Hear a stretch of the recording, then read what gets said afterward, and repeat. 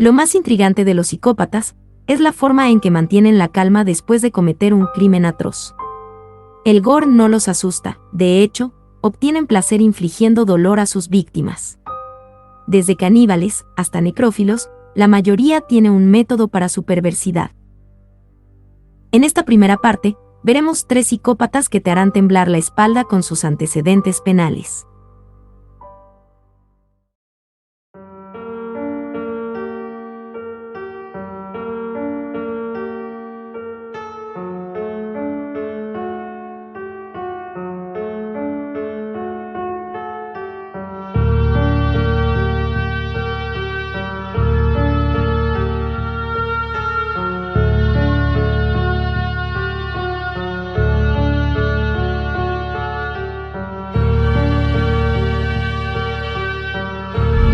Bienvenido al Archivo Ignoto. Archivos clasificados. Estos son 3 mayores psicópatas de la historia. Parte 1. Archivo 2171-A14. Ted Bundy. Theodore Robert Bundy fue un asesino en serie estadounidense.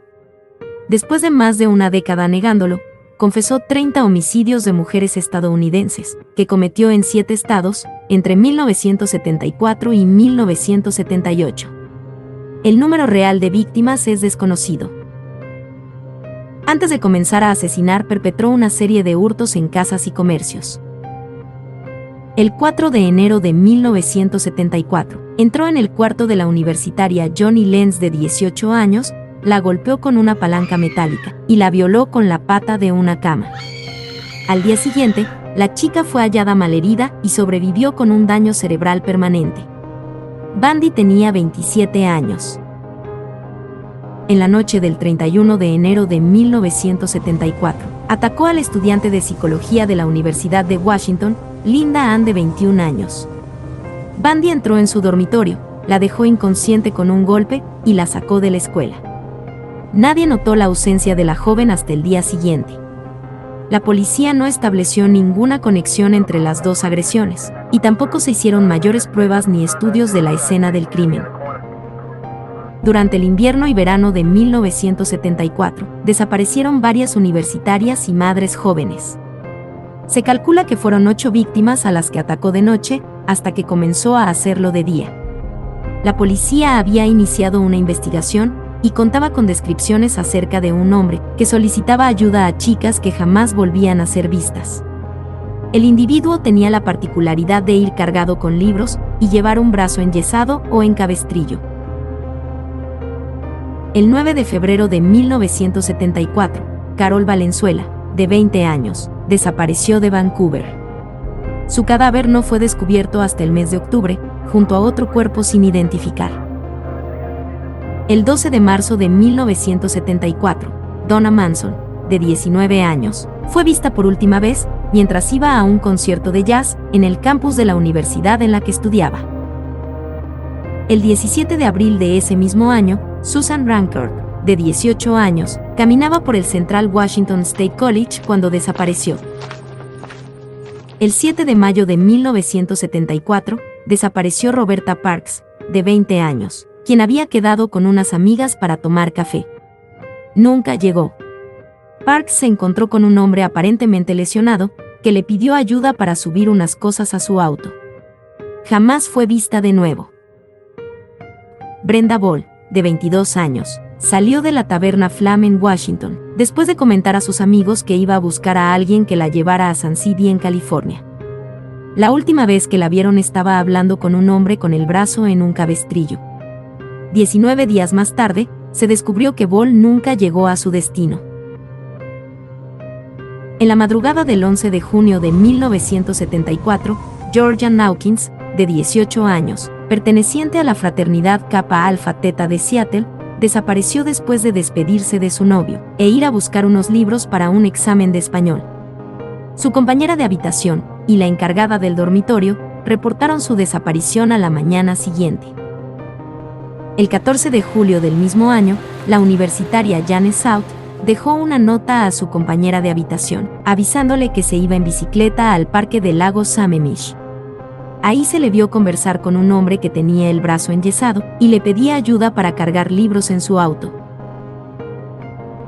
El mismo día, secuestró a Denise Naslund, la cual pasaba el día con su novio y amigos. Los restos esqueléticos fueron encontrados cerca de una vía de servicio en Izawa, a 27 kilómetros al este de Seattle. Bundy despistaba a la policía, porque sabía cómo alterar su aspecto físico. Se cambiaba el peinado, se dejaba crecer barba y bigote, o se los afeitaba.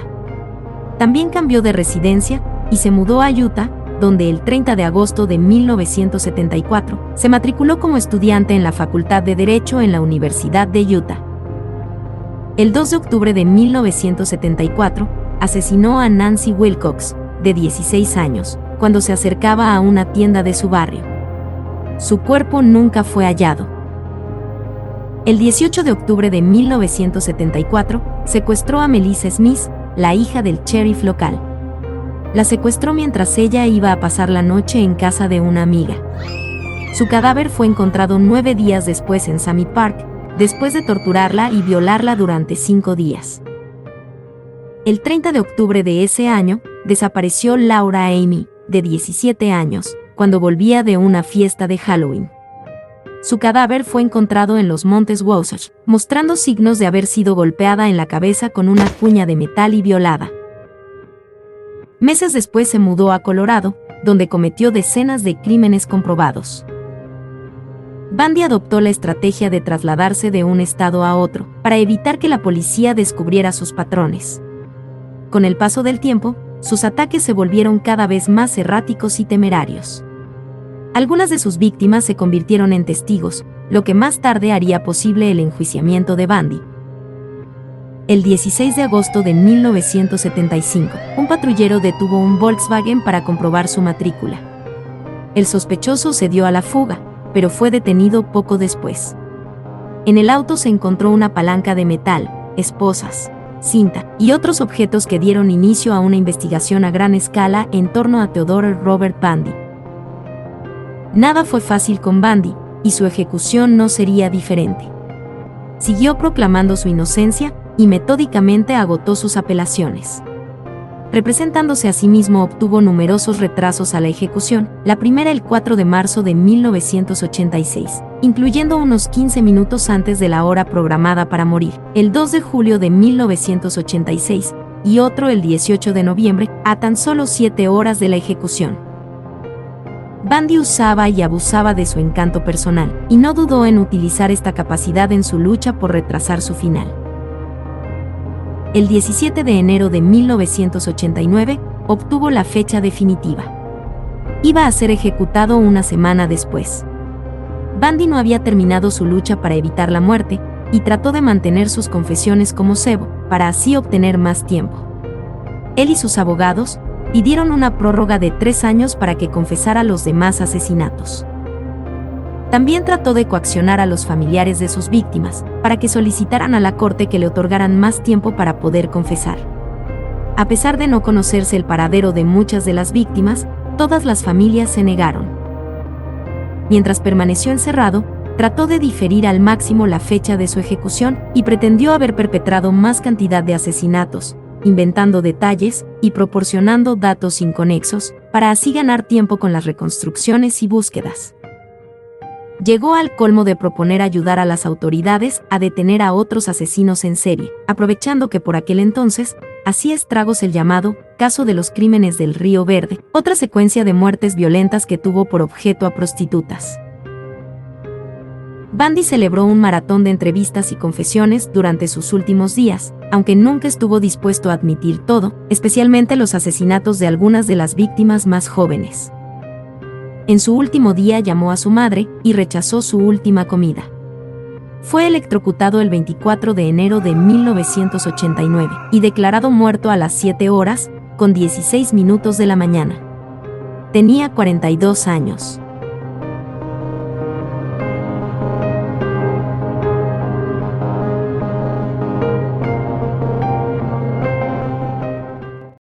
Archivo 2172, A12. El padre James Porter. James Porter fue un ex sacerdote católico romano que fue condenado por abusar sexualmente de 28 niños, pero admitió haber abusado sexualmente de al menos 100 niños de ambos sexos, durante un periodo de 30 años, a partir de la década de 1960. Porter comenzó tanto a entrenarse para el sacerdocio como a abusar de niños a una edad temprana. Abusó de su primera víctima conocida en 1953, el verano antes de ingresar al seminario. Fue ordenado en 1959 y se convirtió en sacerdote de la diócesis de Fall River, Massachusetts. Porter fue asignado a la escuela primaria parroquial de St. Mary, en Massachusetts, en abril de 1960 y puesto a cargo de los monaguillos. Porter se ganó una reputación allí como abusador de niños, pero la Iglesia Católica no tomó ninguna medida contra él hasta 1963, momento en el que al menos 4 padres se habían quejado a sus superiores por su comportamiento inapropiado. Sin embargo, en lugar de contactar a la policía, los funcionarios de la iglesia trasladaron a Porter a una parroquia en Fall River, donde surgieron más quejas sobre su comportamiento. A principios de la década de 1960, Porter abusó de más de 60 niños del norte de Attleboro y de casi 100 en el sureste de Massachusetts. En 1964, Porter fue arrestado por abusar sexualmente de un niño de 13 años y enviado a una institución mental durante 13 meses. Una vez liberado, fue reasignado rápidamente a otra parroquia, la primera de muchas reasignaciones de este tipo a lo largo de los años. Fue trasladado a 2 parroquias más antes de que se acumularan más acusaciones, y fue hospitalizado nuevamente en 1967, esta vez en un hospital dirigido por compañeros sacerdotes que practicaban psicoterapia holística con sus pacientes, muchos de los cuales eran miembros del clero que sufrían problemas psicológicos. El problema de Porter no era único entre los pacientes del hospital. 2 de ellos fueron luego encarcelados por abusar, entre ellos, de cientos de niños. Porter fue liberado después de unos meses, una vez más se declaró curado, y se le asignaron asignaciones de prueba en parroquias de Texas, Nuevo México y Minnesota, todas las cuales incluían el acceso a los niños. Las quejas surgieron por docenas contra Porter, pero ninguna de ellas resultó en una acción disciplinaria más allá de su traslado de un puesto a otro. En 1973, Porter escribió una carta al Papa Pablo VI, solicitando ser liberado del sacerdocio, en la que admitió haber abusado sexualmente de niños en 5 estados. El Papa concedió su petición, y en 1974, Porter entregó su collar. Se casó, y finalmente se estableció en Minnesota. Él y su esposa, Belin, tuvieron 4 hijos. Tras el arresto de Porter años más tarde, su familia reveló que a menudo abusaba emocional y físicamente de ellos. El hijo de Porter, Sean, también dijo a las autoridades que su padre había abusado sexualmente de él. En 1990, Frank Fitzpatrick hizo públicas las acusaciones de que Porter había abusado de él cuando era niño, en la década de 1960. Durante los 2 años siguientes, Fitzpatrick se puso en contacto con la policía estatal, el FBI, y los medios de comunicación. Nadie accedió a ayudarlo. Eventualmente contactó al abogado Roderick McLeish, quien había ganado un gran caso de abuso sexual ese año. McLeish accedió a hacerse cargo del caso. Hizo arreglos para que Fitzpatrick y otras 5 víctimas de Porter hablaran con Joe Bergantino, un reportero de investigación de televisión. El artículo de Bergantino atrajo las noticias de La Nación, y eventualmente más de 100 víctimas se presentaron para acusar a Porter. El Boston Globe publicó más de 100 artículos sobre el caso. En 1992, una serie de reportajes de investigación de la productora de ABC News sobre los crímenes de Porter se emitió en primetime, presentado por Diane Sawyer, que despertó la atención nacional. A las pocas semanas de la transmisión de ABC News, Porter fue arrestado, juzgado y condenado por abusar sexualmente de la niñera de sus hijos. Cumplió 4 meses de una sentencia de prisión de 6 meses, antes de que la Corte Suprema de Minnesota anulara su condena. El caso de Porter provocó una protesta nacional, y la Conferencia de Obispos de Estados Unidos adoptó nuevas pautas para tratar a los sacerdotes acusados de abuso de menores. Para 1993, surgieron docenas de demandas contra Porter en Minnesota, Texas y Nuevo México. Solo en Minnesota, fue acusado de más de 200 cargos de abuso sexual. El abogado de Porter llegó a un acuerdo con la fiscalía y Porter fue sentenciado a entre 18 y 20 años de prisión. La libertad condicional fue negada constantemente durante varios años.